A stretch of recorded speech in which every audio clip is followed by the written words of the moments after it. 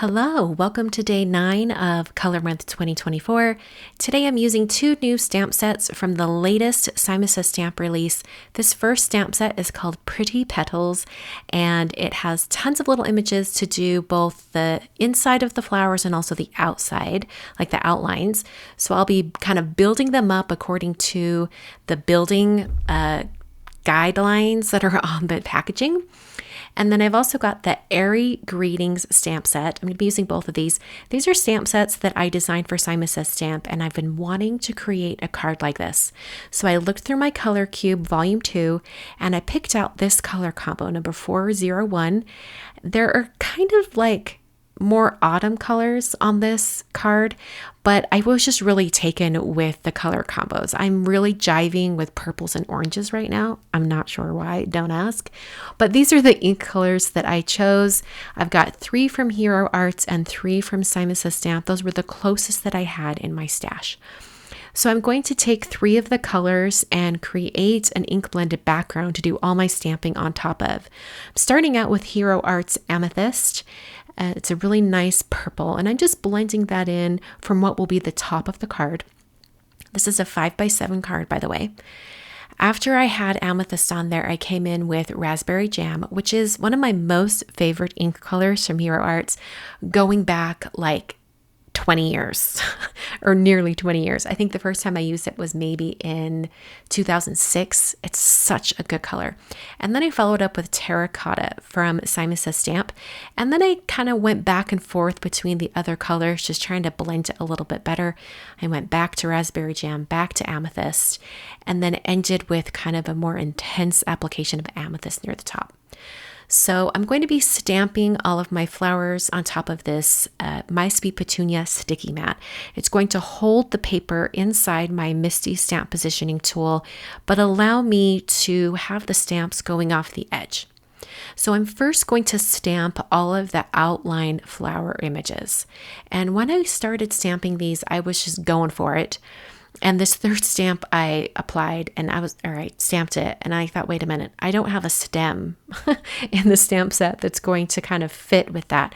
So I will draw in a stem at the end of my stamping of the outlines. But for now, I just skipped over that. Continued on stamping all the flowers with the stems until I kind of had most of the card kind of more off to the left side kind of filled out. I came up here, stamped this one stem up here, and then I first penciled in my stem because I just wasn't confident that I could get it to line up just right. And then I came in with a black marker. I'm not going to be stamping anywhere on top of this line, so it really doesn't matter what black pen I used. But if you're wondering, this is a Pilot twin marker. I just used the fine tip end. And then I did a little bit of some clever stamping. I decided I wanted this one leaf off one of the stems. So after I had the stem on the door of my Misty, I then kind of masked off the areas I didn't want, inked up my leaf, and then I'm going to remove those post-it notes and then stamp immediately. And it's only going to stamp the area that's inked up so that I get that extra leaf, because I really just wanted the leaf. I didn't want the actual stem itself because I drew that on myself. So now I'm going in and I'm going to do all the interior color stamping. And this was really fun to see how that colored background that I'd inked on earlier, how that changes the color of the ink as I start stamping it. And especially you'll notice this with the green shades, because the green shades that are on the top half of the card that are stamped on top of that pink and purple, they look very different compared to the greens near the bottom, which had a very, very light application of the orange color. So it was just interesting how that worked out. Now, when I was designing this stamp set, I thought it would be really fun to kind of have the colors overlapping, and it creates a very sophisticated filled out flower look. And you sort of have this overlapping of lines, and it just plays with the transparency of the inks.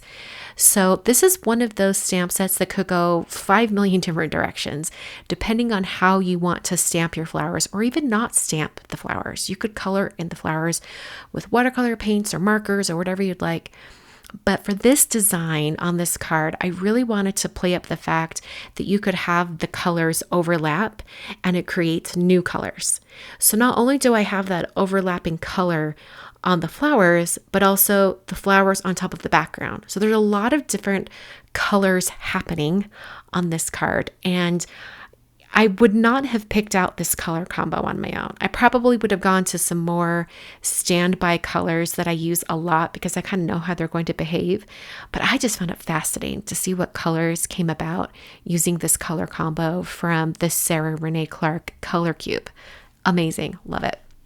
So then I took out the Airy Greetings stamp set and I'm first stamping the longest of the black blocks that's on the stamp set. And this is going to give me a nice sentiment strip.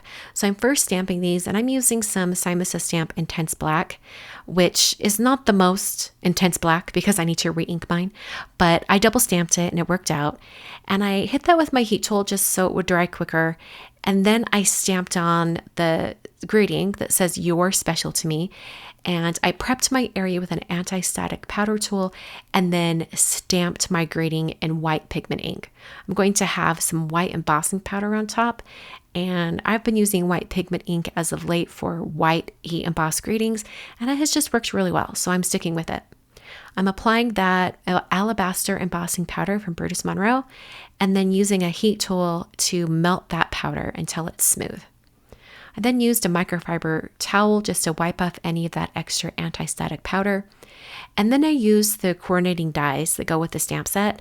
I used that to cut out this long greeting. It's the perfect size and it leaves a little bit of a white border, which is why I wanted to stamp the black box first. I then used some Tombow Extreme adhesive to adhere my very colorful card design to a 5x7 card base. And then I used some foam adhesive to adhere my greeting down here at the bottom. And that finishes up my card. Isn't it so fascinating how the card uses the same colors, but it just has a really different look? I think it turned out really pretty. Everything I've used today is linked down below in the video description, including the 2 different stamp sets. I'll also link to the dies for the stamp sets, just in case you want to check those out. And thanks so much for watching. I'll be back on Monday live at 6 p.m. Mountain Time for day 10 of Color Month. We've got one more week of Color Month, and then we'll be moving on to a different theme. So I'm not sure what that theme's going to be, but come back and check it out. See you guys next time, and thanks for watching.